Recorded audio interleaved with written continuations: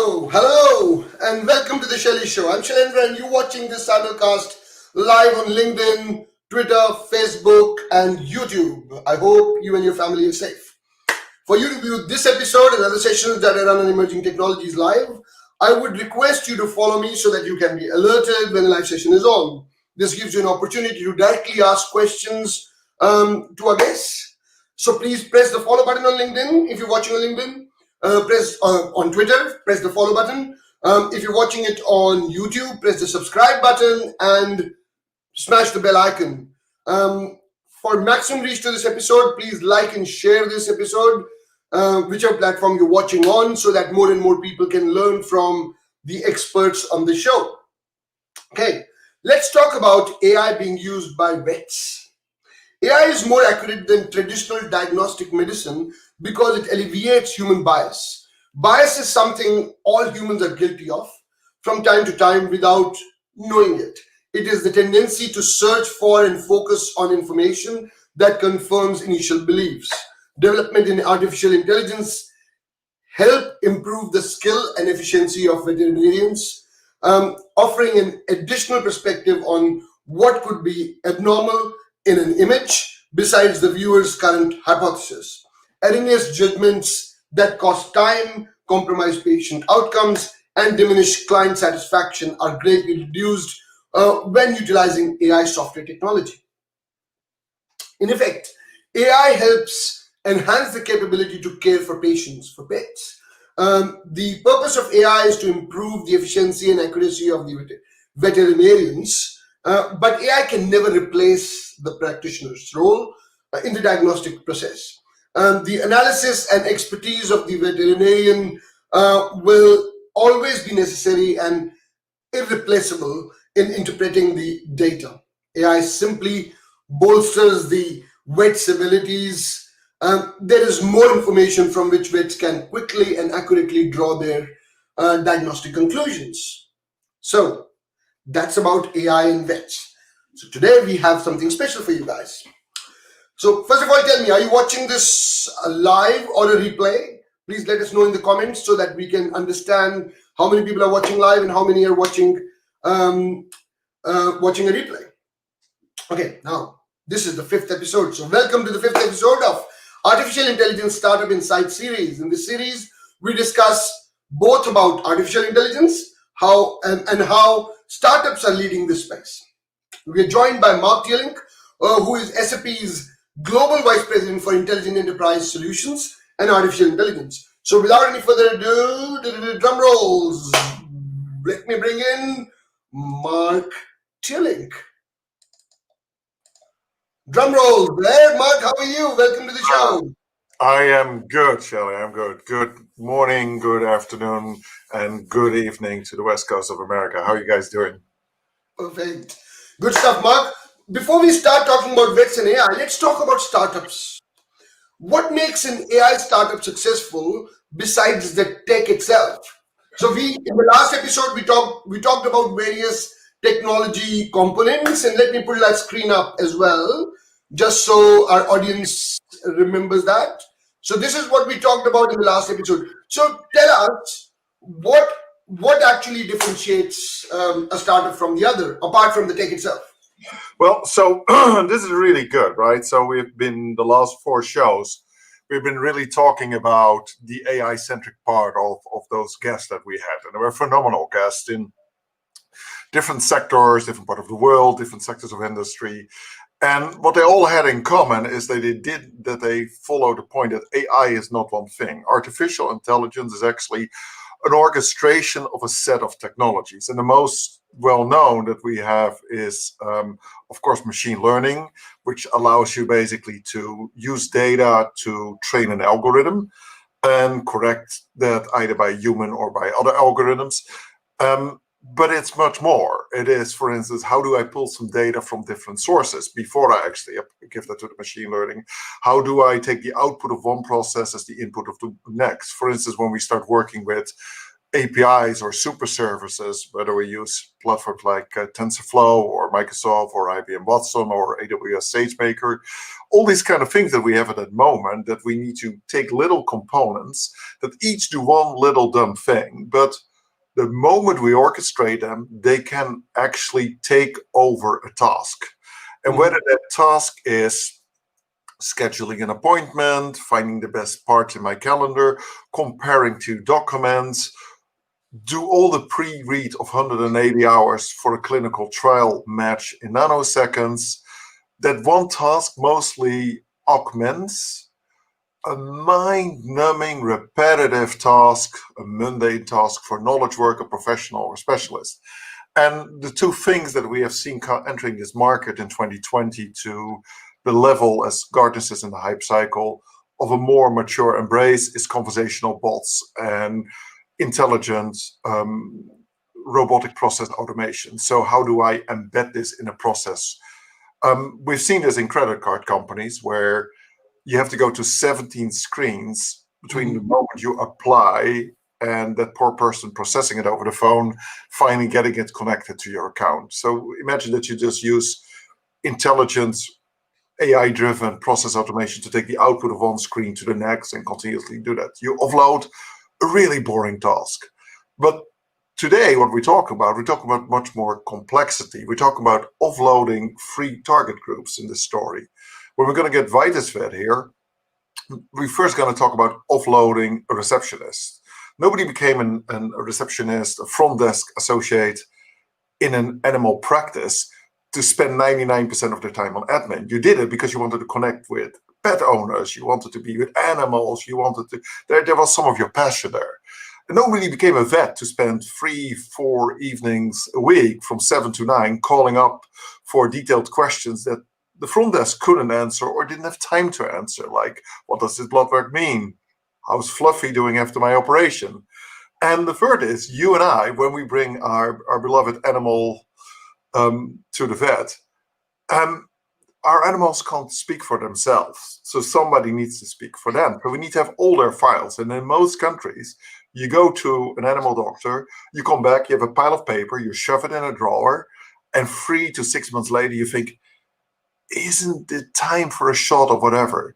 And if something happens and you have to go to another pet doctor or a hospital or an ER, when whatever happens with your animal, a fight, a car accident, weird symptoms, you scramble in full panic to get all those details together. And the most important is when you look at technology and what we're trying to do in the show for the viewers. Shelley and I have been focusing on what makes a startup centered around artificial intelligence successful. Not what is a successful product, but how is the product used in a bigger context to make a successful business value proposition? How do they differentiate themselves? How they go to market?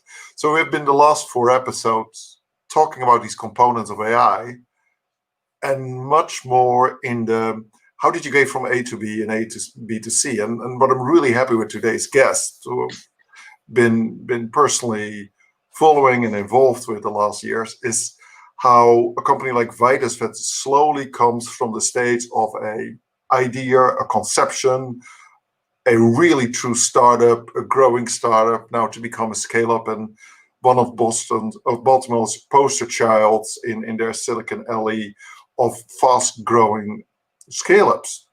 And that takes something, that step to go from pure technology to technology offering to scaling it and rolling it out, is that famous step that your organization changes.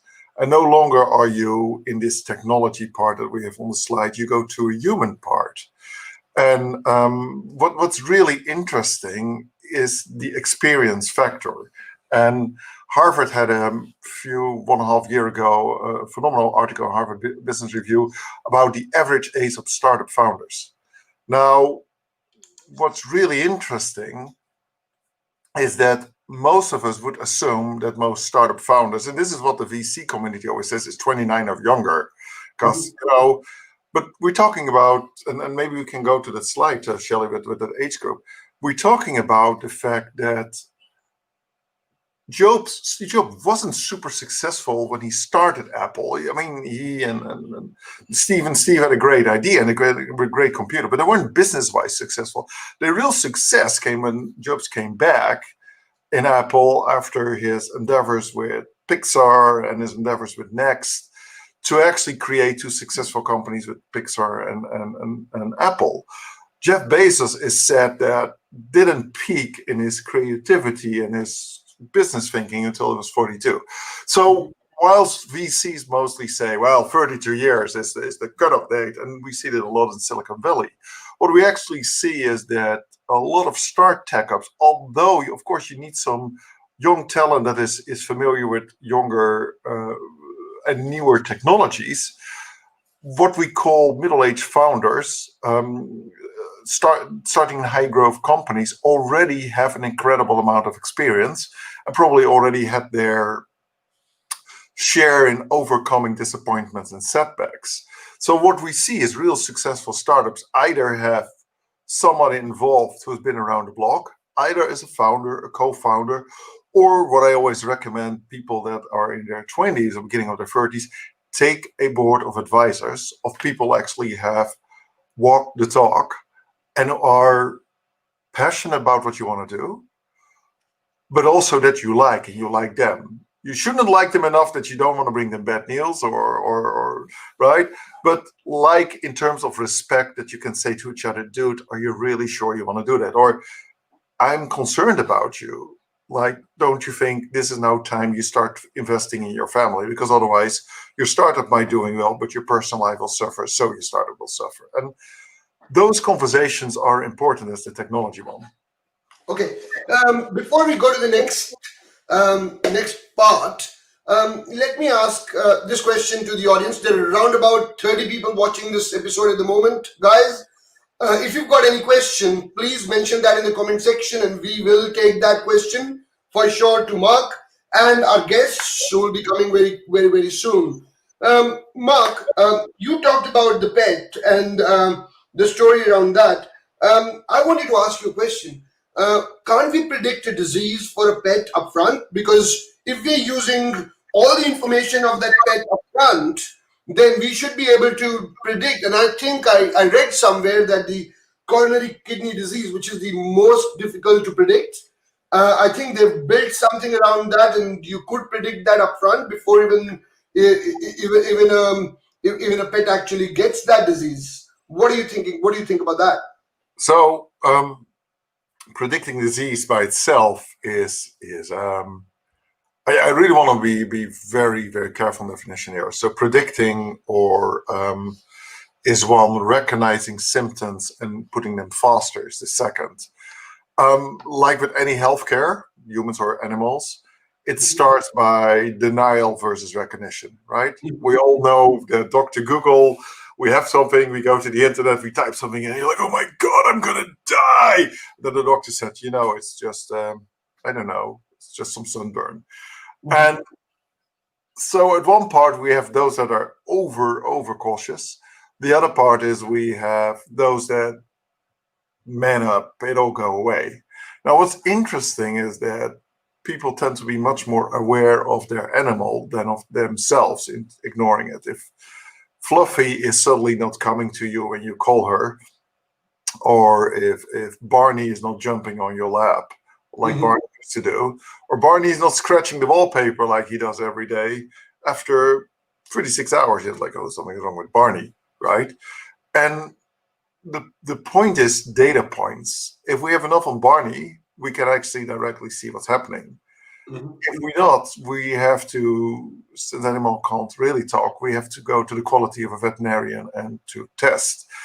Now, the medical world is up to date, I would say, in terms of their back offices being digital, but there's still a lot of work going in what we call healthcare, and especially in patient healthcare, you and I as humans, because of HIPAA and all those kind of restrictions. I think the good thing of veterinarian healthcare, and this is why pet tech is such a growing industry. I mean, the expectation is that the tech market globally will do around 20 billion in 2025 with Mhm. a 23% compound annual growth rate, right? In America, by the way, 55% uh, compound annual growth rate, is that there are so many steps you can do in the tech market to offload a veterinarian, and you have all the data without, and the patient mostly consents, to say it nicely, because you and I is like I don't care about Fluffy's privacy. I care about my privacy, not about Fluffy's privacy. Fix for Fluffy. Second thing, what you see is the more offloading component. There's a lot of fear about AI will take jobs away and technology will take jobs away and all the kind of things. But the reality actually is, we need to keep a focus on, especially in high professional tasks. Mostly we're overloaded already, and mostly we don't really want to do the repetitive, mundane task. Mhm. So the moment you start going to processes to veterinarians, and our guests are much better to articulate that than I am. How do you get mundane tasks away so there's more time with an animal? How do I spend less time in the intake and get more time to treat them? If you pay 50 minutes for a consultation with your doctor, I'm sure you rather want 14 minutes about the animal and 1 minute conversation, and not 5 minutes of the vet typing in all the data again. And I think that's where the real point is. So if we start about predicting or recognizing, that really start with, can we free up the brain of the treating physician or the veterinarian and offload them from those data collection and data gathering tasks? Okay, so I've got my own point of view on this. I don't think the jobs are going to go. I think more jobs will be created, but a different kind of jobs will be created. So you will have a very different kind of people who will be watching your show and will be learning from that, and then going on and doing and delivering projects as they go forward. So I think it is going to be creating more jobs than taking away. It is replacement. I think it's balancing act that will happen in coming days or weeks. So I think that's where we're getting towards. Now, if you focus on vets and AI, what kind of areas is that working on? What do you see in the market, Mark, where people are utilizing AI in the vet space? What do you see? Well, first is, as I said, it starts with data collection. There's a lot of stuff. And when we hear the case of Vitus Vet, and I leave this up to Mark and Kalpesh, a lot of the work was like, how do you, for a better word, suck the, well, we have some delays here. How do you suck the data out of a veterinarian practice, right? And the problem is data collection never pays off. If you just say, hey, I have a great process that takes over retyping your data, nobody's really going to pay for it, for a better word. So the thing that then happens is, how do you get a value proposition? And that's mostly not just in the offloading of tasks, but in creating new revenue stream. So think about veterinarian practice, right? Most vets do sell food, but they never can sell specialty food at the same price that a super big pet store can do. So they're either forced to really go with the high end, really, really specialty that you only can get on prescription. And then they still make a minor margin. And the real point is that it's not the cost that they have in buying it, it's the total cost, because they can only take small amounts, they have limited storage space. So the moment you go to a process and say, hey, can I help you to replenish? Can you actually order, like you have an Amazon store in store? Can I order to my vet and my medicines come directly to my home, or my food come directly to my home? Then you create a new value, a new revenue stream to that practice, and you offload time. And I think that's the most important, and we see not just with veterinarian practices, but almost all good AI apps at the moment. They focus on an added value, an extra revenue, an extra business value created, while they offload some technology, well, they offload some costs through technology. Mhm. And that thinking is really going to be important. It's not, oh, I have a great idea, I have a product, it takes this task away. Like we talked about last episode, like you're a lawyer or an accountant, and you're not really super excited by spending 70% of your time to comparing two documents and see what Yeah. has changed. You don't want to spend 47% of your time just going to spreadsheets for invoice reconciliation. Mhm. But the value in that example was, in the previous show as well, what if we can get that accountant's time to free up and talk with the finance department of his or her client Mhm. and ask, why do you never pay the amount of our invoices? And then figure out that the contracting is where the real culprit is. What if you actually can not have to focus on the background of the redlining, but you can focus on the intent? Well, that is the added value that makes a contract or a due diligence going much faster. And that comes back to your point, Shelley, that we will lose some tasks. Not necessarily jobs. Some jobs will go away, but Yeah. jobs always change.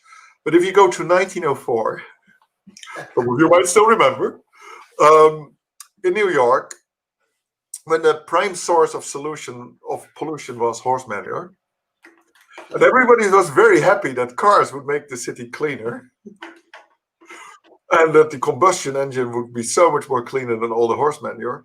And of course, people that had stables and took care of carriages and made saddles were at that moment under pressure. But 5 years later, we saw a growing market in New York of those saddle makers that actually made seats and leather accessories for cars. The people that used to bring in the hay were actually getting a thriving market in gas stations or coal stations. So there's always a swapping point. And we see at the moment, we are in, ironically, I think actually that the silver lining of COVID is that we have embraced digital processes to a much more efficient thing. Because up till last year, companies just digitized their forms from 15 years ago. And now they're figuring out that's not going to bring me resilience when COVID is over. So, yeah. I must say one thing, that example of yours, and I always give that example when I'm on stage and people ask me a question around people losing jobs. And I tell them, in 1904, there was a big thing about all the guys who take the horse cart, they're going to lose their jobs. And all of them lost their jobs, by the way. All of them, 100%. They were replaced by taxi drivers. And now there is a thing around, the taxi drivers will lose their jobs because self-driving cars are going to come in. Yes, but they'll be replaced by another kid of job. So jobs being lost, I don't think that's going to happen. Okay, one more point before I get our guest on the show. What do you think about smart wearables for the animals, and are they making a huge difference? And are there any new ones that are coming in that are making an impact? And I think we should pose that question to our guests as well. But what's your point of view on that? So, I'm going to take now not the AI expert role, but just the pet owner role. If I as a human being have a smart wearable, and every day, exactly mostly when I need it the most, is out of battery, it doesn't really excite me. So if I have to have a fight with my two fearsome feline girls every day to get their collar on and off, it doesn't excite me. So I think there's a lot of great wearables. The most known, of course, are the GPS trackers, where's my animal. But we need to figure out the energy consumption. The software needs to be more efficient in how it uses the battery or not. And I do think there's incredible potential for it. We just need to realize that animals are not as disciplined as we are to say, oh, how's my Fitbit doing? And those kind of things, So there's the gadget and wearable market is phenomenal. For those of you that missed one of the last episodes or want to go to shameless self-promotion, want to go to the web and find my TNW keynote in 2018, we were talking about the Volvo Ocean Race, how one boat made a difference by their crew continuously monitoring their health and their performance. And this is where we're going. Permanent or every 2 weeks changing a patch that checks your diabetes and continuously shows your blood levels and your blood sugar levels, especially for younger children, is phenomenal. We're going to go there with animals.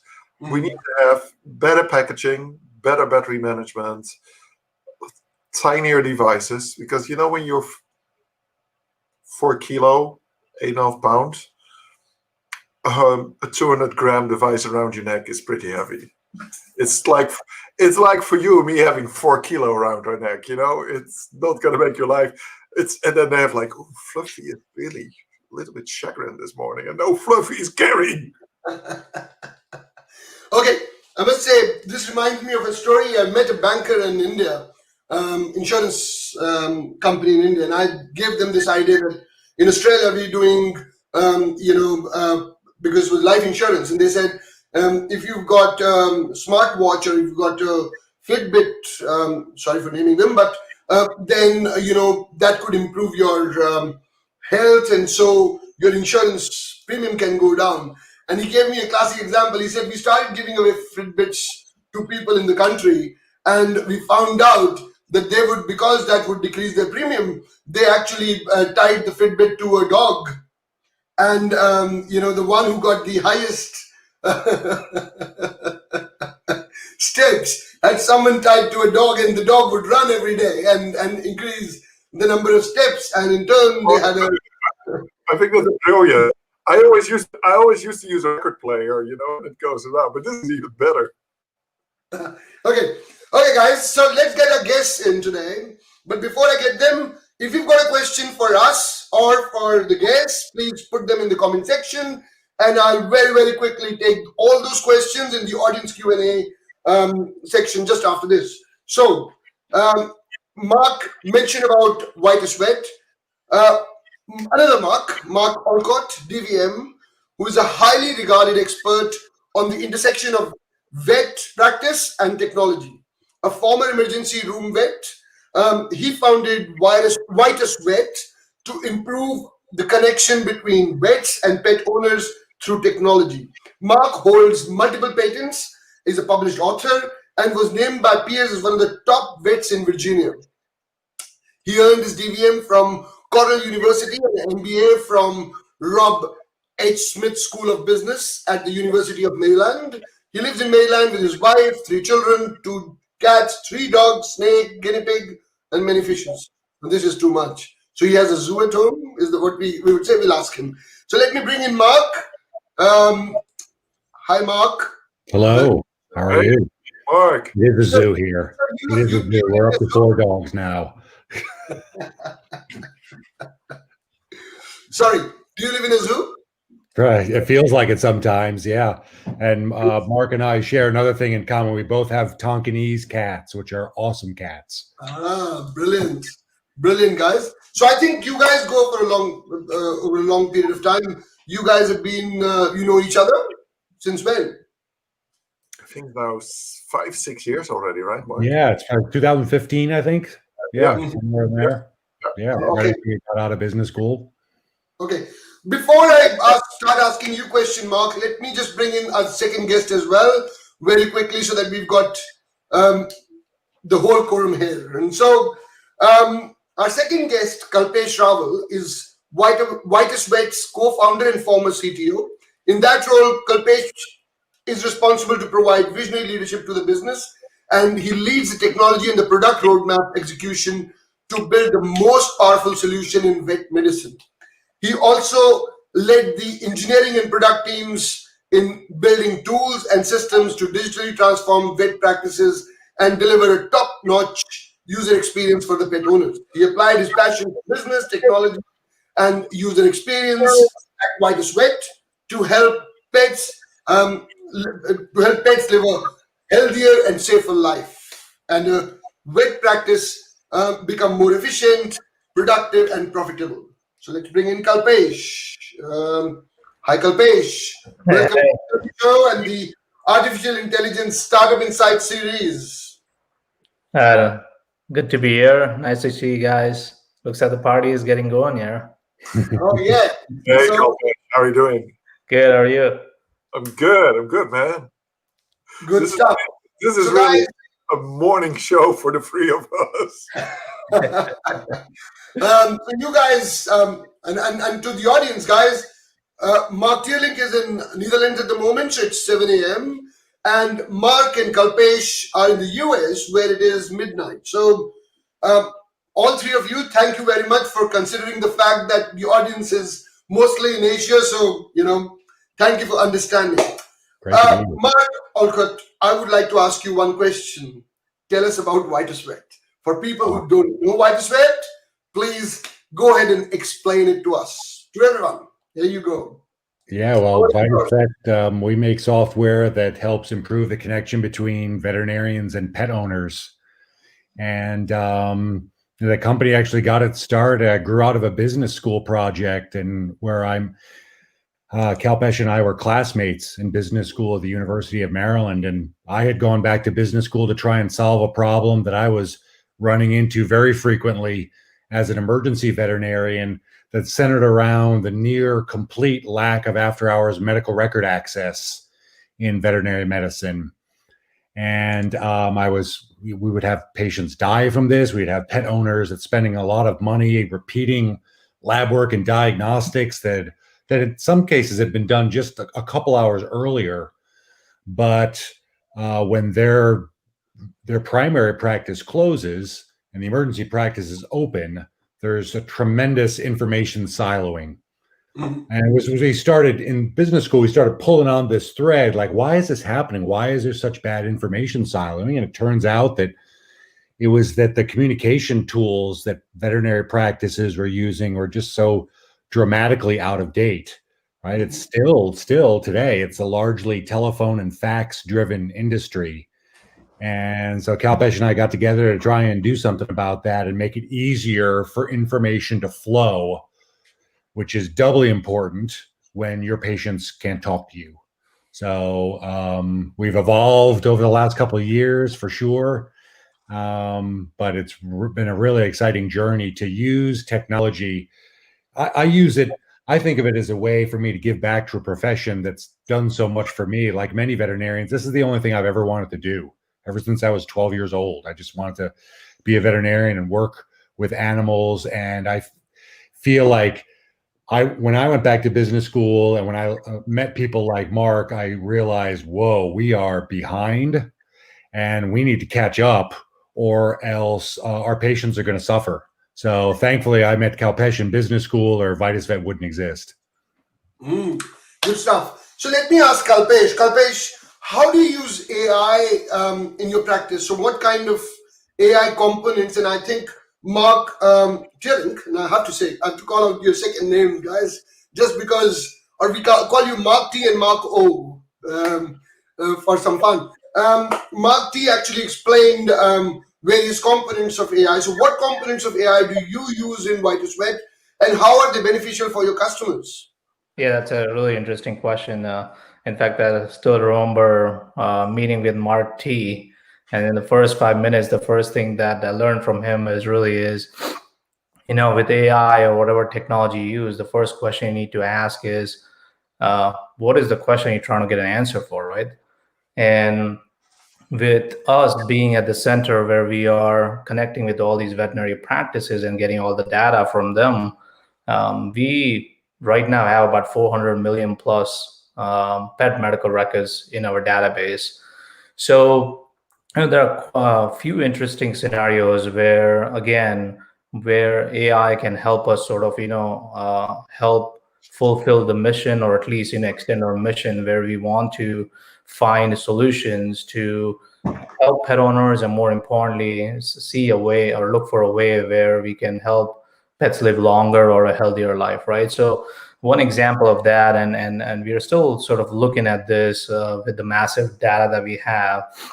But I'll give you an example of something that example, Mars, which is a pet care company. Believe it or not, they're not just a candy company, but also a pet care company. And what they are doing is they are using machine learning to basically look at massive amounts of data to see, if they can determine if a pet is obese, as an example. And interestingly, when they fed all this data through that, they found about 30 to 35% of the pets above that borderline of obesity, as an example. So for us, that's one of the direction that we want to take. Again, by looking at the data where we can educate the pet owners and tell them, hey, this is what we recommend. Again, as Marc Teerlink said, we're not diagnosing, and recommendations are a little bit difficult, but at least educating the pet owner is number one. The other interesting thing that at Vitusvet, we have tried this and we're still looking at this is, how do we use natural language processing as an example? So, there are no industry standards when it comes to writing a prescription, as an example, or diagnostic codes, right? So imagine a veterinarian writing a prescription and saying, hey, give this to Fluffy twice a day, every day for, let's say, 15 days or a month. AI can definitely help us there to basically convert that into more actionable steps for the pet owners, where automatically it could be a reminder on their phone through an app where we automatically remind to give that medication for the pet owners, for the pets. So I think that's another interesting scenario. And one of the things that we were talking earlier about this, where you talked about cats and the kidney disease as an example. That's another big example where we can make a huge impact, right? With the massive amount of data that we have, we can, again, not trying to, go more into like diagnostic thing, but there is a predictive analysis that can still be done. I know that a couple of companies are doing that, where they are able to predict cat, again, as an example, may have kidney disease in the next 2 years with a 95% accuracy, which is pretty good.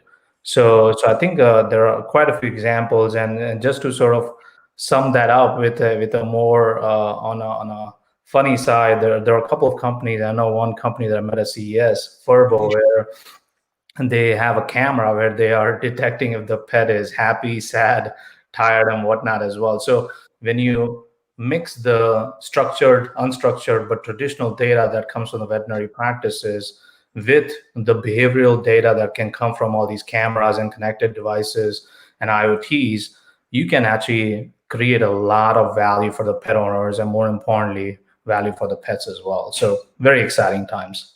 Okay, guys, if you've got a pet and you want to ask a question, this is your moment. So put that question in the comment section and I'll take it. So we've got a doctor here as well, and we've got two technologists. So let's see how it goes. And maybe you want to know how technology can help your pet. In other words, but we do want to know the name of your pet when you ask that question. Fluffy is getting a little bit worn out now. Okay. Let me very quickly get to the next question, and that question I would like to ask Marco. Marc, what has your journey been? How did you start this all, and how has it gone over the years? So, can you please share with the audience your experience of starting a startup and how it actually progressed? And please go for it. It's been a tremendous journey. Like Kalpesh often describes it as just solving a series of puzzles. So what's really interesting to me is how we've evolved from, our first product was an app that allowed pet owners to access their pet's complete medical record in an emergency or if they were traveling. And when I say complete medical record, I mean beyond just vaccine dates, right? At 2 a.m., if your pet's in an emergency clinic, as an emergency vet, I could care less when your dog's distemper vaccine is due. What I'd really like to be able to see is your dog's lab work, especially if you have it over time, a trend. I'd like to be able to read medical notes. So all the sorts of things that if you're a pet owner and you had to have your pet at the emergency clinic at 2 a.m., you'd want me as your emergency vet to be able to access this stuff. So we started off as an app that allowed pet owners to tap into that stuff, and it benefited veterinary practices because it gave them a mobile channel to be able to communicate with clients and reminders, so forth. And we were also very involved in sharing medical updates between emergency and specialty practices and their general practitioner referral base, if you will. So if you took your pet to an emergency clinic at 2 a.m., the next morning, that emergency clinic needs to give an update to your regular general practitioner, your family veterinarian, about what happened, what they do, what they recommend, what they find, especially if that pet is being discharged to go back to their regular veterinary practice. So we were involved in automating medical record sharing between all those stakeholders, if you will, in veterinary medicine. We've since evolved the product to become really more of a client communication tool for veterinary practices, where we want to be the world's best at connecting veterinarians and pet owners. So we don't make software that runs the veterinary practice. We don't make software that doctors would type their notes in or the lab work gets imported into. Our software kind of lays on top of that practice's existing system, and we're able to pull out the pieces of information that we need. And we do things like vaccine reminders and appointment confirmations, reviews and surveys. And we've built this really interesting algorithm that between all these different communication channels, we make it just real easy for a pet owner to remain compliant. We use that term in veterinary medicine. Compliance is kind of a loaded term, but when in human medicine, they might use the term adherence. So if your dog or cat is supposed to be seen once a year, we make tools to help veterinary practices and pet owners help those pets stay compliant. Because one of the biggest problems we see in our industry is that obviously our pets can't tell us when something is wrong with them. I think that's another really interesting use of AI that I'd really like. That's part of my vision for the future of the company is how do we use this information? We've got, 10 million Labrador Retriever records in our database. So if you have a 7-year-old Labrador Retriever that's on a given medication, and this is what their lab profile looked like, and what should you be on the lookout for as a pet owner, right? What are maybe things that are different for a 7-year-old lab than a 7-year-old Tonkinese or a 2-year-old Labrador Retriever? And how do we use those tools to inform the pet owner so that they can seek care earlier, right? You talk about kidney disease. That's probably the #1 killer of cats in the United States. But if we catch that early, we can actually do a lot for that. We can't cure it, but we can manage it and prolong your cat's life by many years. But if you wait until your cat's lost half its body weight, it's 10% dehydrated and hasn't been eating in a week, there's a lot less we can do for that cat. So how do we use all of the cats in our database to make your cat healthier? That's really kind of the holy grail for me. Okay. Can I ask a question to the audience? Mark, just give me a second. Can I ask a question to the audience? Guys, if you've got a pet and if you think that your life would become simpler by having a particular tool, then it might be a good idea mentioning it to these guys, because these guys do this for a living. And if they get a right feedback from you guys, maybe it is solved. Who knows? So guys, put your comments in the comment section, and if you've got any advice, if you've got a question, just put it out there. So that's where we are. So I was just trying to understand one thing, Mark O, and that was around the fact that when you've got all that information about a pet, if I go change the vet, then the other vet, a new vet which I'm now visiting, he would know everything about my pet before even he starts doing early diagnosis. Is that where we're getting towards?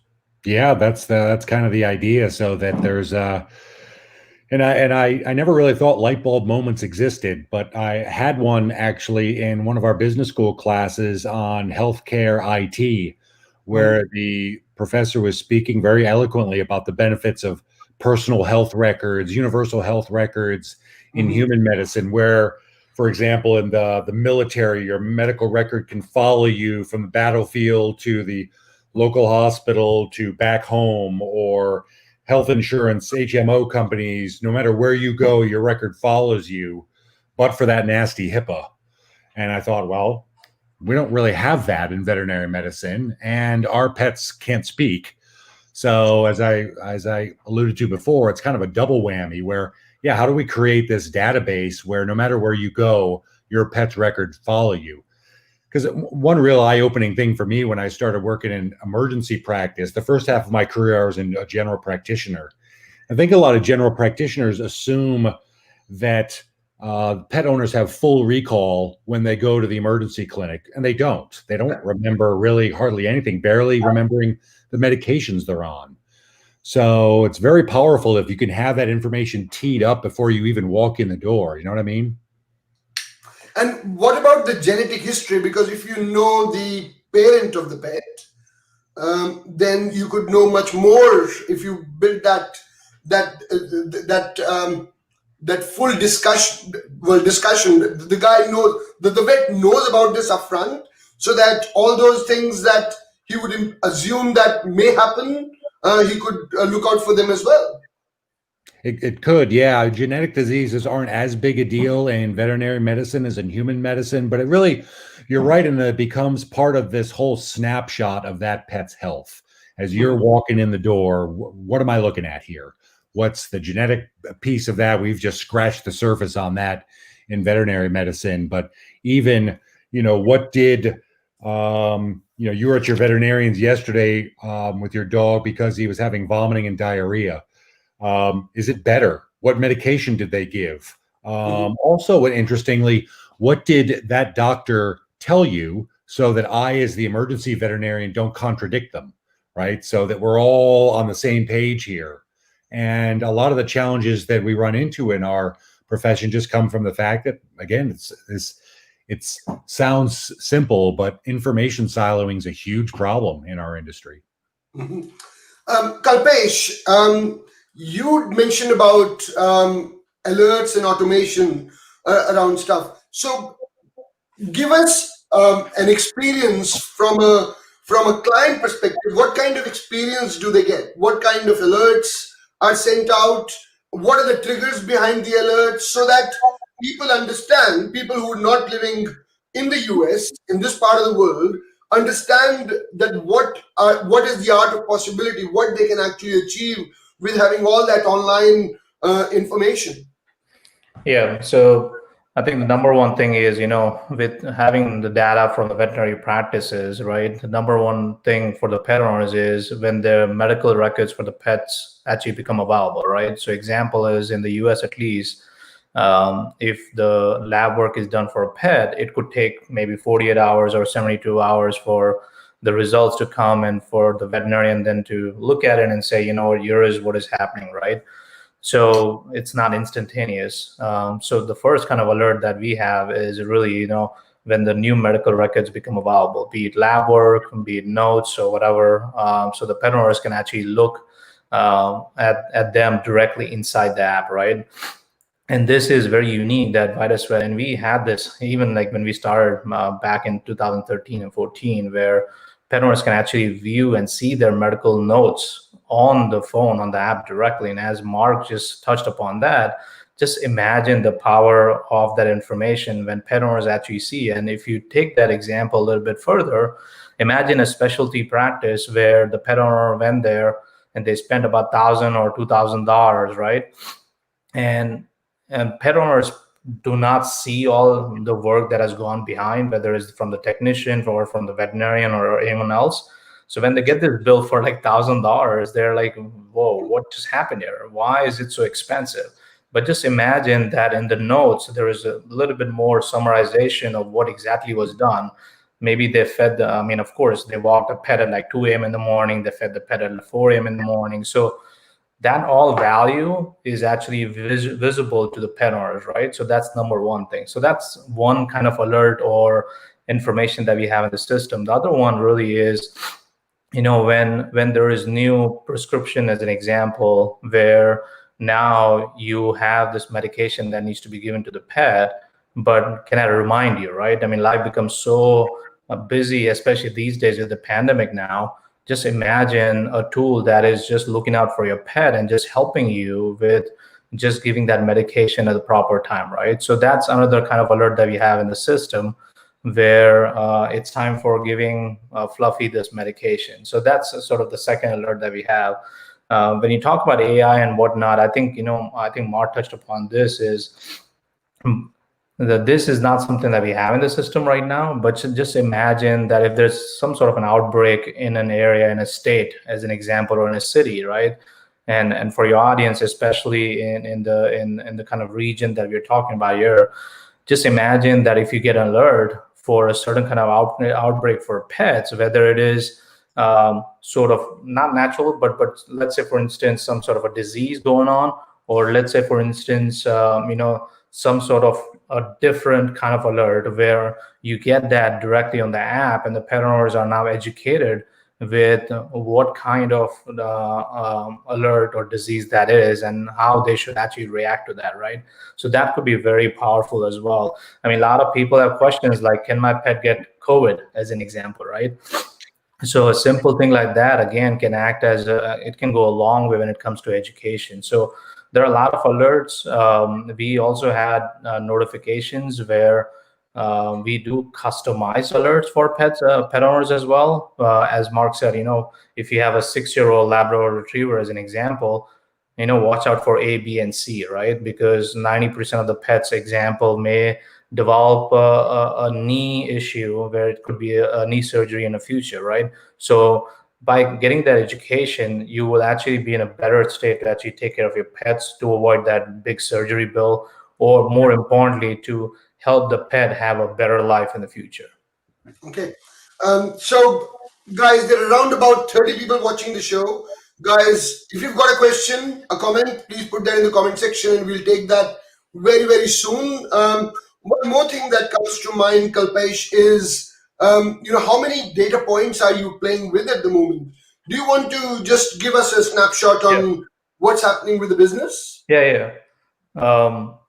So there are a couple of things here. I know Mark had this on his screen as well. When it comes to entrepreneur's life, right? I tell my son this. He's 11-year-old, and I always tell him there are more scars than trophies, right? And that's what entrepreneurship is all about, right? It's never a straight line. It's always zigzag in all kinds of direction, right?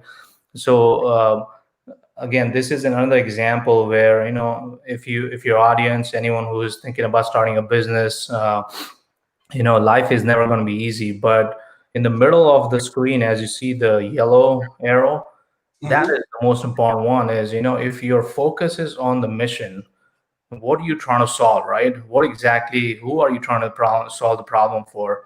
We have always put the pet owner in the center. And if you solve the problem for the pet owner, you automatically solve a lot of other problems when it comes to, example, veterinary practices, right? So, anyone who's thinking about starting a business, keep that in mind always, because you will 100% every day, every week, every month, you will have these questions like, should I do this? Should I not do this, right? And when you start a business, you always think about doing all kinds of things. But if you keep the mission, what exactly you're trying to solve in the middle, it will help you avoid a lot of noise and issues in the future. So that's one. The other thing is, a lot of people do not talk about, as you grow, there are certain aspects of the product and the business that may actually become an overhead, or that may actually create obstacles for you when it comes to success of the business, right? So we have had a couple of things, as Mark said, we started off as an ER product, right? But as we fast forward today, we have discontinued that product, and that was because obviously, there are a lot of complexities and other issues and whatnot, and that was not the primary focus. But as an entrepreneur, as a business person, you always have to look at, are you still doing things that you should be, that helps you not only, of course, business successful, but that helps you, again, fulfill the mission that you have. And if there are other data points where it's not helping you, then you should take a serious look and talk with your team as far as, hey, should we just discontinue this? And it's always hard to look at a feature and say we should discontinue this, but believe me, it helps a lot. So again, there are a lot of data points, tough questions and conversations, but life never is a straight line. It goes in all kinds of different directions. But I think that's a really good point that Kalpesh says, right? You need to be prepared to kill your darlings. So there's several software products in this market that have something that the original programmer, the original coder, the original founder really liked about it, but actually it's distracting you, and you're putting resources to it to maintain it, and it's not paying off. It's not getting the thing. By the way, this is off screen, talking about darlings. Many times, Shelley, when you and I do the show, I feel like Ernest Blofeld, like I have a cat on my lap and nobody sees it. And as some of you might have known already, when Mark O was talking, Mark, your soothing voice directly got number one of my cats here. And meanwhile, the other one is now also crawling all over me, putting my shirt totally in wet hair. So I have no clue what's happening, but clearly you guys are attracting cats to come in black shirts with their hair and sitting on my lap at the moment. So Okay, Mark O, starting a startup, how difficult it was? What were the challenges that you faced while building it up from scratch? And did you guys work together right from day one, or Mark, you started, or Kalpesh, you started and you joined each other? Can you please give us that insight as well? Yeah, I went back to business school, as I mentioned earlier, mostly out of self-knowledge, to know that I had this idea or I had run into this problem, but I didn't have a technology background, and I knew that if I didn't do something to kind of kick my own rear end, like going back to school, and I was fortunate to meet Kalpesh. We were classmates. So I sort of brought the idea to the class, and our business school at the University of Maryland is a really strong entrepreneurship focus. And we were able to kind of divide up the class and draft teams to put together some initial research into, could this Vitusvet be a viable concept? And Kalpesh was one of my first team members, and we just sort of expanded from there. We incorporated the company, and we got it off the ground. It's very, very difficult. I like the challenge of it. It is definitely not for the faint of heart. But hard things are hard for a reason. And we're trying to solve big problems here, things that just kind of bothered me. And I've always been a lifelong entrepreneur and problem solver. If I see something that shouldn't be that way, especially if you see something that is costing pets their lives and costing pet owners a lot of money, you want to solve that problem. But I knew I couldn't do it alone. So, and I think that's one key piece of advice is you need some kind of technical co-founder. If you're the subject matter expert, or if you're a veterinary technology company and you are from the veterinary piece of that, you better find somebody who has the technology piece real quick, or else you probably just won't go anywhere. It'll just remain as an idea, and time goes by very, very quickly. So that's kind of how I thought about it going into business school. Mm-hmm. Okay.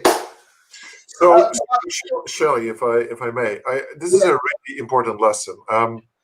I had the incredible pleasure to meet Kalpesh and Mark 5 years ago. Via someone, I lived in Washington, D.C. By one of my buddies in my network, I got introduced to Kalpesh. And I'll be fair, right? I get a lot of people say, oh, it is a great startup, you need to talk to them. And there are three categories. One, I think it's really something. Mostly I know the details. Two, I don't know the details, but it's a favor to a buddy. So I'll take that one call and then try to be polite, useful, content-wise, and move on with my life. Or three, I really get excited. And I had with Kalpesh this video call, and it was like planned for 15 minutes. I think after 2 hours, Kalpesh, you and I were still yapping, and I'm like, wow, why doesn't my vet has this? And then actually Kalpesh said, but you live in DC, right? And Palisades is your your practice. They actually have it. You just need to make sure that you actually download the app, because if you download the app, and you guys can't do this, but I can do the shameless plug. So if you have a pet in the United States, download the free consumer-free Vitus Vet app, and your veterinarian, even if they're not on it, will be forced to fax the records, and you'll get them. So you have fluffy stuff, right? You guys can't say it, but I get. So that's, and I like, wow, that's a brilliant model, because one, you actually get pet owner demand, consumer demand to alert a vet that doesn't have the app, like, hey, dude, you don't have to do anything, just fax them once and they'll OCR it. The second is, I asked Kalpesh, how do you get the first value prop, right? How do you get those veterinarians to participate with you, to give you all their data? And it's like, well, we have some crawlers, we installed it. Actually, we hardly come there. We coach them over Skype, and we do mostly remote for them, and we onboard them. And I like, well, for 2015, a remote Skype onboarding of a non-digital, non-technical market was at that moment really, really bright, because you keep your cost low, you can work with some really good people that know the industry and articulate it. And most veterinarians don't really care for the app. They just see it as an offloader in the beginning, right, Mark? That's the discussion. I think the second thing that was really, really good, Mark and Kalpesh, what you guys did is you really rapidly created a advisory board. And you made sure these were all people that would be willing to disagree with you, and still there was enough love and respect for what you guys did and who you are as a person to have a very open conversation. And I know that sometimes we as advisors, we're not always aligned with you guys either. So we continually say, well, we have different opinions. It's up to you guys now.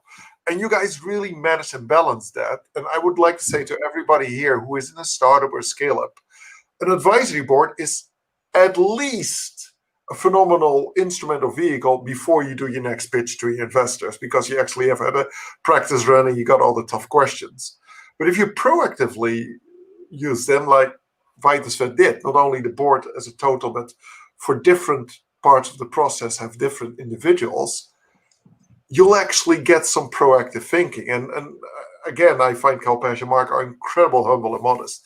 But when I look at that roadmap, right, you guys started with, here's the emergency, the core product. Began then actually access for me as the owner and for other doctors to the records. Then became open table kind of reservations. And let's be clear for everybody, I don't know about you, but when I lived in the US or now in Europe, and I need to make an appointment, most moments that I can make that call is early in the morning before I start my work. That's the moment when the practice is that they're busy and I get the hold on, please. And after 5 minutes, I still don't have the receptionist. So just selecting something that works for me, open table or fork style, phenomenal. And then you guys did two-way texting, that you actually could communicate with a vet without the vet having to give up her or his personal telephone number, and we could exchange messages with them. And then you guys moved, and that was actually phenomenal for COVID, to curbside check-in, which for COVID solely termed showed an incredible agility for those practices, right? And in the meanwhile, your data crunching and your product has grown, but those kind of things. And the next part, the install payments. Imagine in the US, for those outside the US, healthcare is expensive. End of story. Animal healthcare is also expensive, and much more than the Europeans. You would think of factor 3-4 times what you pay for a total vet visit. So if you are senior, retired, single survivor with one beautiful 12-year-old lab, and you need to go to a vet and you get $1,200 in worm tablets, etc., that's a lot of money. And I find, Kalpesh and Mark, just kudos to the fact that you invented this value prop and this partnership, where you said, can we go to partnership, not just with an insurance company like Nationwide, but for install payments. And again, your journey was one, how do we can create add value to both parts? Because most vets don't want to pre-finance their patients. They don't want to keep a rolling tab, it's uncomfortable, and it's a lot of admin. And it's uncomfortable for that person. And we know all the examples that people rather give better food to their pets than they eat themselves. And in taking that outside in view, and I just want to go back, I've been on and off coaching and on boards of startups, but one of the reasons that I love Vitus Vet so much, you guys continuously thought outside in, from the perspective of the pet owner, from the perspective of the vet. When you started teaming with Nationwide, the insurance company, for claims processing, you start thinking about how could you make it easier for them and easier for the pet owner. And that, I think, is one of the golden nuggets of your formula. From day one, when I met you guys in Maryland, you guys thought outside in. And that's really good. The second is, Mark already said it, like, you need to know the industry. So you took the processes you knew, took the heavy loading out of it, Mark. And this is where Kalpesh came in, correct? Kalpesh, you understood how to offload those heavy loading. So your partnership did really well. And I really want to make sure that we have this lesson captured, Shelley, because outside in thinking, as Mark and Kalpesh did, different skills to the table, understanding the complexity of the process, but also how to offload it, getting an advisory board with a time schedule, like after X months or years, it's over for you. You can become a shareholder, you can become a friend, but having a continuously refreshment and continuously thinking outside in your product roadmap, I think are some of the summaries, I would say, contributing to Vitus Vet's success. Okay, perfect. So you've done the third question, which I was to ask now. So let's go to the next question, which I'm now going to ask again, and that is around Mark and Kalpesh, Mark O and Kalpesh. Do you have any questions for us? So that was the advice part. I would have gone and said, Mark T, what do you want to advise both Mark and Kalpesh? He's done that. My question to you guys is, do you have any questions for us, for both me and Mark? Here's your moment. Yeah, I do. I guess I'd love any insight that you have about how to messaging isn't really the right word, but when you're trying to use technology in an industry that is traditionally fairly technophobic, how do you most accurately or most effectively pitch your value props to these folks? Because none of us is interested in technology for technology's sake. But I imagine there are other industries, other verticals where maybe it's small and medium-sized businesses in general, where they very often see technology as an expense and not an investment. So I'd love to hear how you guys think about that. Mark, you want to go, or you want me to go? I think, in fairness, that Kalpesh and Mark has heard a lot of my advice. So let's start with you, Shelley. Okay. So I usually believe, and this is come from experience. What I've seen is nothing succeeds like success. So people who are very, very technophobic and think that that's going to change, take away stuff from them, the best thing that works with them is when you give them a service which is helpful to them and they start utilizing it and they start getting value out of it. That is the time it works really, really quickly and it will spread like fire. To be honest, and that's why I asked that question in the beginning, that what are the benefits that customers get? So there are two kinds of benefits that you will be looking for. One is the benefit that your customers get, and the second benefit is what the vets get. So if you could identify those and if you start delivering them, then the chances are both of them will ask for the service. Instead of, it will actually change the whole paradigm where you're not going to sell it, but they're going to buy it. And I always say that there is a difference between selling and buying. So that will be the time when people will come to you and say, can I have your service? And that needs to be articulated. And there is also one other thing. There is one success story that will change the whole thing. And mind me, if it is not yet, but what we'll see is you make one success story or one differentiation somewhere, and suddenly you will see a flurry of people coming to you and saying, I want this service now, give it to me now. And I can't live without it. It's like iPhone. Before the iPhone, we had lives. Yeah, right. Right? We don't anymore, but we still had lives at that time as well.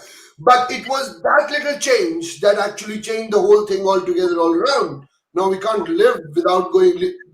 You can't possibly think of leaving your phone home and leaving out. Right? You can't, and that is the difference that will come through. And I've done that 3 or 4 times. The moment it became really necessary, it was a change. But you'll have to wait for that moment, and that's my advice. Mark T, over to you. Well, I think Shelley's remark, like, it's important to have some poster child examples, right? It's important to show them. There comes a moment that every technology offering player goes to industry analysts, both in the technology industry and in the industry that you work in, and try to get what we call in the upper right-hand quadrant, both a great vision and an ability to execute. And to do that, to come in that upper right, you need to have 5, 6 poster childs that are quotes that stand up with you on stage when you present, either in person or in a snippets of 30-second video quotes. But you need to make your business come alive. And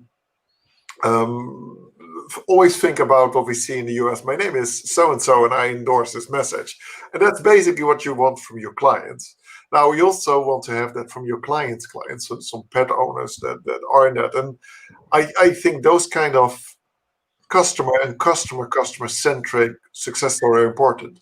I think the second is, it is success breeds success. And I think you guys already seen that by the embrace of Baltimore to take you in as a startup scale-up poster child in where you are now. I mean, the building, the location where you guys are, is at one part very startup-y, scale-up-y, or Silicon Alley, as I always call it.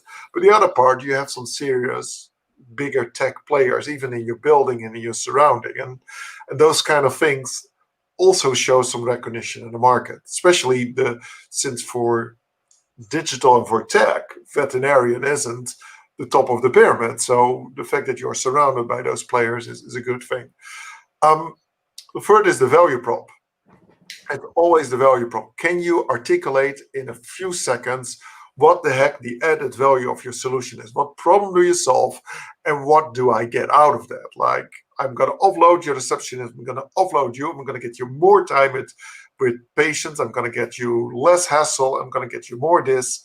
I mean, those are the and in a really nice articulation. I could see, Mark and Kalpesh, the moment you took with Heather, a professional, seasoned marketing person in, and I would never call Heather a veteran because, that would be an insult. But with her experience, we saw at that moment that messaging go up in your marketing, those examples, those one-liners, the phenomenal campaign that I couldn't say steal because you guys allow me to use it, but I used it in my TED talk. Let vets and pets speak together. Like, Speak for Pets is such a powerful one. And those kind of things, right? You guys summarize the value proposition. Great. What did you do better? You, at the right moment, invested in somebody that could actually, after you had some different exercises in social media, you went there, you went to a more inspiring. There was a moment that you were getting too big for your center in Maryland. You were more coaching the other startups than you're learning from them. You went to another environment where you were inspired.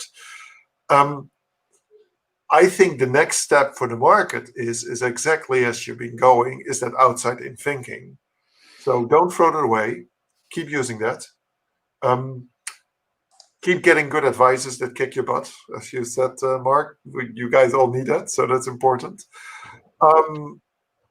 But also, and this sounds really weird, and this is maybe less for Mark and Kalpesh, but in general, there comes a moment that you must think as an entrepreneur, what if I just want to now Richard Branson myself on a tropical island, and I want to take some more distance.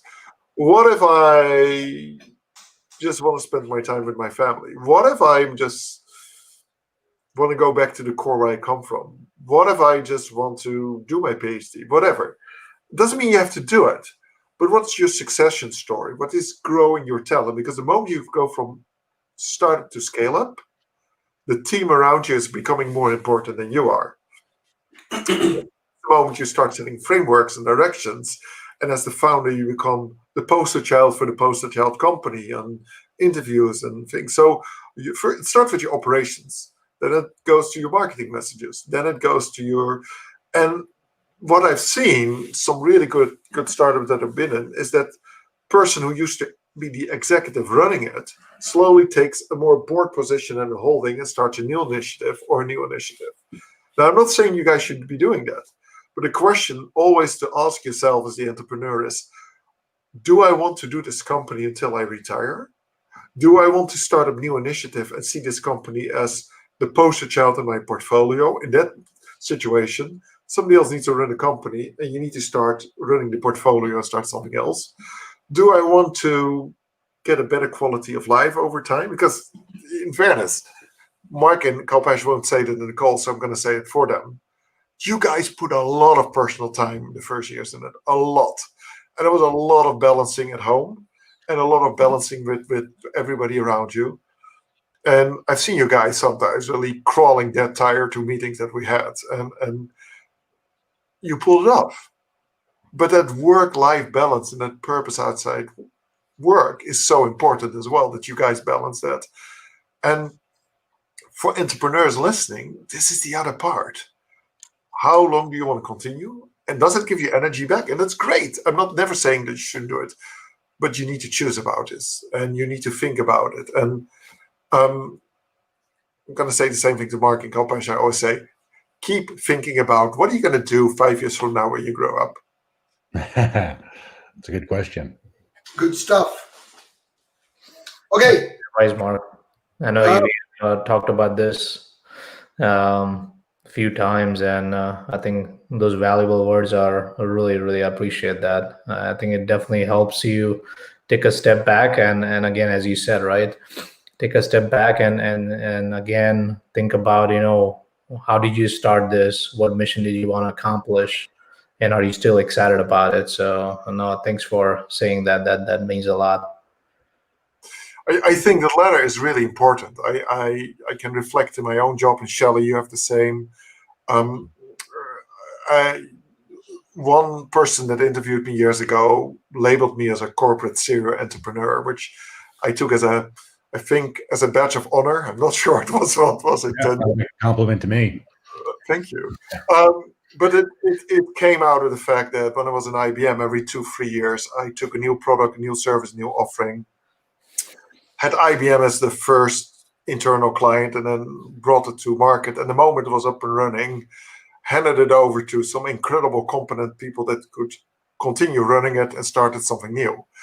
And similar in SAP, when we started with the Leonardo portfolio, which is slowly then becoming to products that come into SAP, and then you have to reinvent again yourself. That reinventing of yourself, I think, is essential here. That continuously asking yourself, is this still fun with me? Am I still getting out of it what I want? And I think, if not, take a step back, take a sabbatical, reflect, go on a great holiday. And no matter how much you love your kids, maybe a week without them, and do something that re-energize you. And for me, that's actually working with startups and scale-ups like you guys, because that gives me that energy and that thinking. Because you guys ask me questions sometimes, they're like, yeah, I don't really get them from my enterprise clients. I need to think a few seconds or a few days about it, right? And I recommend that everybody there, that circle of exchange, to ask, first seek to understand before you give advice. That's yeah, Shelley, I just had to share this to make sure that we didn't make this just a Vitus Vet promo clip in the show. We had to give some serious advice to our viewers. I remember, and to add to what Mark said, when I started Accenture Analytics here in Australia, my ex-CEO, Jack Percy, he turned around and he told me one thing, and wise words. He said, Shelley, your job is to make yourself redundant. I said, what do you mean? And I was scared, I'll lose my job. He said, no. Every time you set something up, try to make yourself redundant. If you can make yourself redundant and still be profitable, you're rocking. And trust me, I took that to heart, and great advice. Anyway, let's get on to the audience questions. We've got a few to come through very, very quickly, guys. Questions for everyone. And I think this episode has been great because we have consistently got 35 people watching throughout the show. So watch the numbers. I think we've got some very high numbers playing today. Okay, so we had some comments. I'll just say hi to these guys. Vaishali Bhargav from Facebook said hi, live. Thank you for watching, Vaishali. Ramesh Kadimila said live. Thank you for watching, Ramesh. I hope you learned a thing or two from the show. Karishma Kothari said live. Again, Karishma, thank you for joining us. Hopefully you learned a thing or two. Arvind Kshetriya, I can read that script. It's Hindi. So live. Good, Arvind. Thank you. Welcome to the show. Amy Tink said live. Hi, Amy. Thank you for being on the show. John Harikusumo said, and then billions of people would lose their jobs. And, we will address that. I doubt billions of people will lose their jobs because of AI, if that's what you're alluding to. I think we will create more jobs than, we will replace jobs, not lose jobs. Okay, next question, John. I disagree with you. If you think otherwise, please mention that in the comments and we'll take it from there. Durga Prasad Malavi says, how SAP is planning to compete with open source technologies like Python and Julia. Mark, do you want to have a go at that? Oh, I love this question. This is going to be a product pitch. So first is, as they say, there's nothing more believable than a repentant sinner, right? So let's start with that. Writing it down, Mark. We actually, SAP, for those of you who still think that this is ECC, SAP out of 2005, in the time that we had Discmans and etc., SAP has come a far, far away. In the last 10 years, openness has much and much more embraced. You see that in api.sap.com, where you can literally find all APIs, how to connect with SAP. You can see that in the libraries that we share on Analytics Cloud and SAP ML. But most important, we have data intelligence is a phenomenal product of SAP that allows you to directly connect and do life cycle management from your library. So whether they are Python, Anaconda, Jupyter Notebook, right? All these open source tooling that data scientists use to build a model, to create an algorithm, to do an analytic thing. The biggest issue is once I train my AI and something changes, how do I retrain it? Or once I train my AI and I give it new example data, and I like, oopsie dozy, it's not so good as it was before I retrained it. How do you get back? Once I train my AI and there's a bias in it, we all know the examples of the resumes that had too much data points in it. How do I undo that?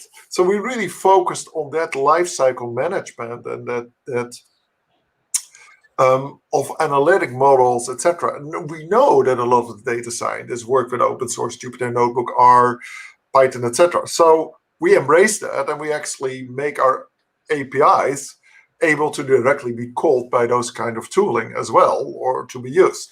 So in short, are we planning it? We're not planning it. We're doing it. And we're not competing it. We're embracing them. Absolutely. And I couldn't have planted this question better myself. No, absolutely. We don't have to compete with them. Why do we? Why should we compete? Anyways, and just for the viewers that are more interested in scale-ups and less in SAP, I just want to make clear, if you look at the fact and figure, 77% of the world's transactions go to SAP. That means that basically almost everything around your table, your glass, your coffee cup, your monitor, has been touched by an SAP system in order to get it on your desk, right? Whether it was the ordering, the manufacturing, the invoicing, the connecting with you for warranty. So for us, that connecting to openness is really important, because we have the slogan, the world's run SAP, but if SAP is down, the world is down. So we need to interact with other technologies, and that's part of our strategy. Great.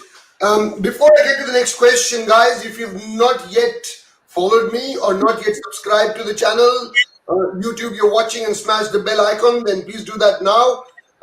So that's very important for us, because you will get to know when I'm online, when I'm live, when I'm sharing videos, and so forth. So let's get to the next question. From Sandy SA, and it's on Twitter, and they say, COVID will never be overlooked at the flu. They have a vaccine, but it is still around. I can't make a sense out of it. Mark, do you make any sense out of this? Yeah, I normally would deflect to a doctor here in the room. The one-liner, and Mr. Olcott, you're going to correct me if I say something really stupid, but the one-liner of the flu, it's not just one virus, it's continuously mutating. And we know that an RNA virus like COVID has its variations because of the DNA and the region that is.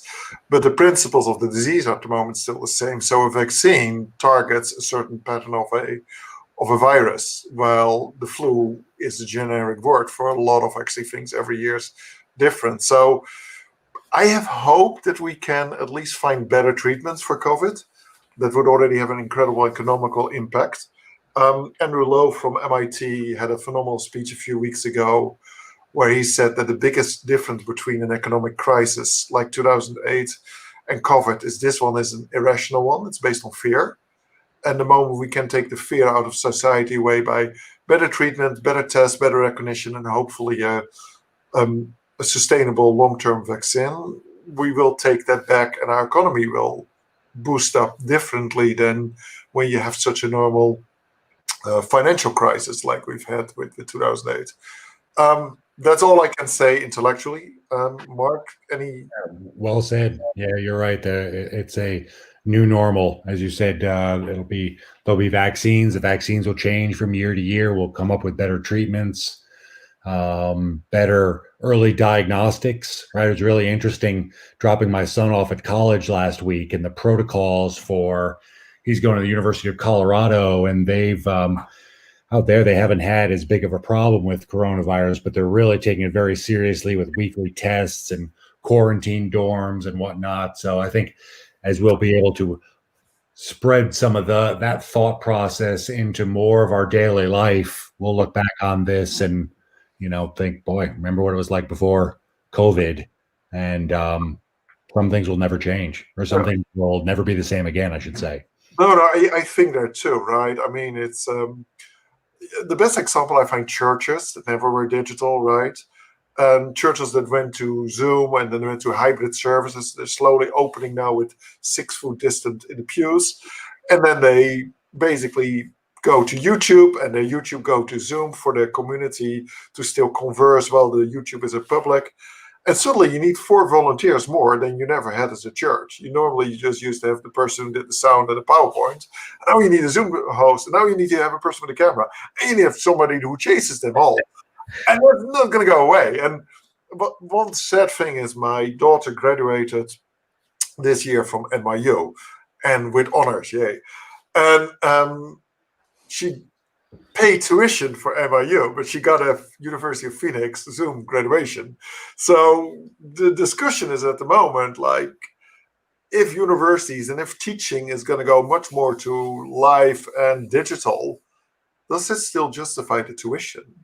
What do you do as an added value to basically get your groups together? Because you can't just bang them all in Zoom. You now need to do breakout coaching and polling and interaction, all these things that's much more than broadcasting your PowerPoint for 60 minutes and then say thank you for attending, right? It's the same as events. People don't go to big seminars and events for the death by PowerPoint. They go for those moments in between, those when you stand together at the coffee, you say, so Kalpesh, what did you think about this, right?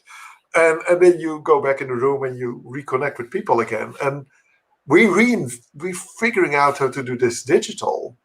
Then again, a talk show like this every 2 weeks, Shelley, we hadn't figured this one out a year ago that we could do it. And it's right. We would have gone all to an SAP office and a live studio and that kind of stuff. So it's also interesting to reinvent things. One thing which I say is that this is our 5th episode, and I think this is the first time we've used 2 slides.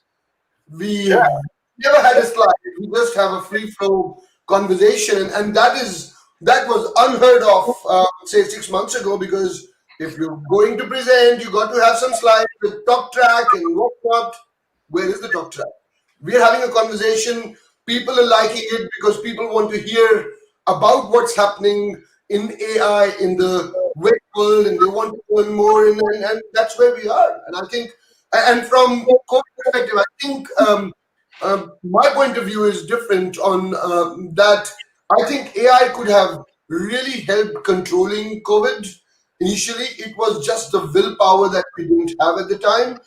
I'd still say, even today, I actually created a video for that, which is just 1 minute, which actually explains how very quickly we could control COVID right at day one. And because I live in Australia and there were only 9,000 patients, or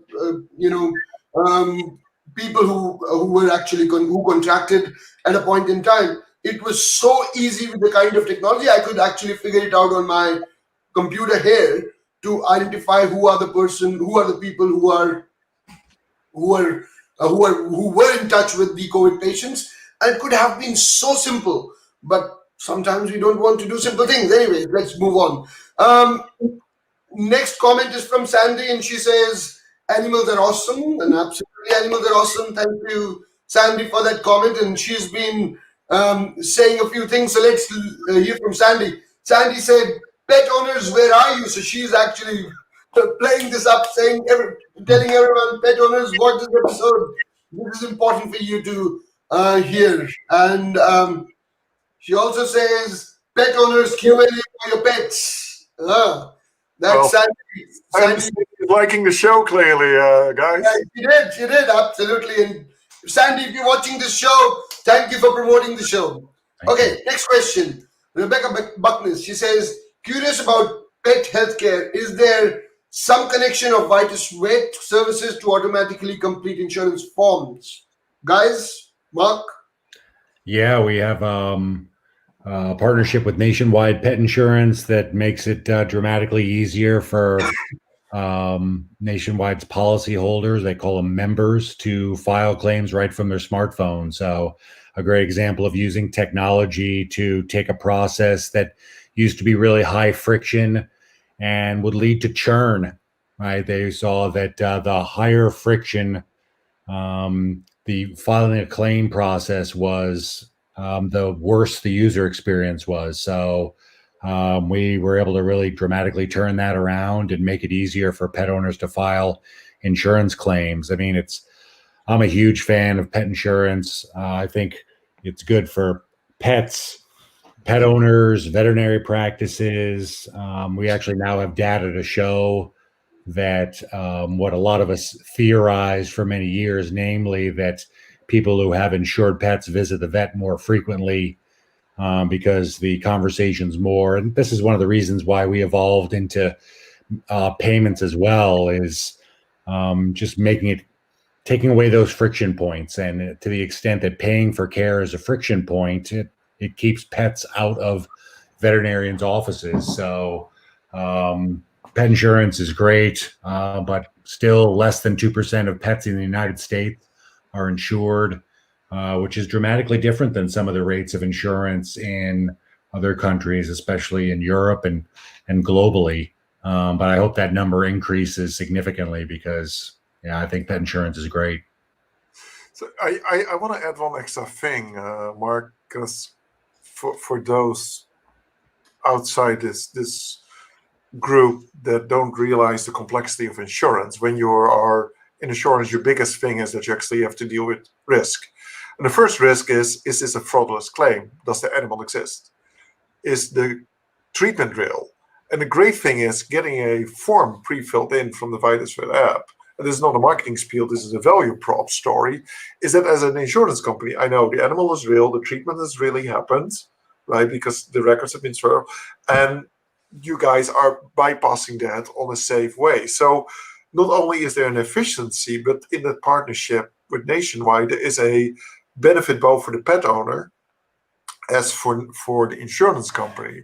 Right. And that extra offload of not just increased efficiency, but the added value of you have less risk management to do with these claims is an important thing. But you guys were this, yeah. Good stuff. Okay. Next question, Poonam Sood. She said, live. Hi, Poonam. How are you? Thank you for watching the show. Poonam has a question. She says, how is artificial intelligence used in analytics? And I think we could talk about this for ages. Mark, do you want me to take this question or let's leave this? Oh, no, I can make it very short. So normally, before we use machine learning, most artificial intelligence actually use hardwired rules or statistical rules, but they were code, right? If bigger than, smaller than, etc. And then we did some optimized, like operations research, but they still were within a framework. The great thing of machine learning is that the moment we start feeding it new data and we train it, it creates another algorithm. So analytics that have, as the definition was in the beginning, machine learning and therefore artificial intelligence embedded will have a much higher flexibility to deal with changing situations and changing models than those hard rules. The other part, sometimes analytics is a data science algorithm or a pool is together with machine learning part of a total bigger AI. So no cow's an animal, animal's a cow, they're not the same. Okay. If I can add, I think very quickly, we used to do this back in the days, but based on, whether you use machine learning, but if you use a predictive model, we used to actually do that. If Mark has uploaded a picture in the app and he has also added a reminder in the app as an example, then very likely he is going to do A, B, and C as well. So we were actually able to do that from an analytics standpoint as well. Okay. Poonam, you connected to me. If you can just drop me a DM and I will get back to you. We can have a detailed discussion on this. Okay. Now, Rebecca Buckness, she's changed properties. Now, social properties, she's gone to YouTube and asked a question. Rebecca, actually, by the way, was on this show. So I run another show called Women in Data Science, and she was on the show a few weeks ago. And her question is, besides cats and dogs, do you service other small pets as well, like rabbits, guinea pigs, and hamsters? Yeah, for sure. Whatever form of animal life your veterinarian will treat, you can find on the Vitus Vet app. Horses too. I got my start in horse practice. It's actually what brought me to Maryland, but we have all those animals represented: ferrets, birds, you name it. So if your veterinarian sees it, we can populate the platform with it. Geckos, leopard geckos. Yeah, actually, we have a couple of those too. I think I thought we had 2, but no, I think now we have 5. Mark, what is the latest count now? I don't even know. It's hard to keep track. Okay. Quickly next, Pragati MB says hi. Hi, Pragati. How are you? Descobar says, okay, let's see what he says next. He says, I'm starting a campus inside a website in Africa promoting technology in higher institutions around. Well, Descobar, I would say if you can send me a message, I will give you details of this show and the Women in Data Science show, which you can actually post on your website so people can learn from all these interesting individuals who are leaders in their space, and that's all free. So I'm more than happy to help, and if you want to just post me a message, I will get you details of how to get there and get all the information for free. Satyanarayan Kalancha says, hi, I'm from SAP MDM Philips. Hi Satya, how are you? If you've got a question, please post that and I will take it. Ritesh says, hi Ritesh. And finally, two more. Prapul Palli says hi and he is live. We clearly have answered a lot of questions that people had proactively, because when I look at the statistic on the dashboard, we have a multiple streams, multiple people continuously live and interacting. But then we look at the questions. This is the lowest amount of tough questions that we have ever had. So either we really were bright, or people were not awake enough, or whatever. But I'm just giving kudos to our guests who were incredible, clear in proactive question answering, because we've had some more detailed, tougher questions before. So then again, I know that when the replay comes, we get a lot of extra DMs, right, Shelly? Yeah. So that's fine. Guys, thank you very much. Thank you for your time. But before you go, I want you to leave the audience with one comment or one message, one phrase, one sentence that you would like to leave for the audience. What do you think? I'll start with Mark O. Boy, I'm reminded of the quote that I think it was Evan Williams, one of the founders of Twitter, said. That he said, the way to build a $1 billion internet company is to take something that people do frequently and use technology to take out steps. And I think that's spot on. Absolutely. Kalpesh?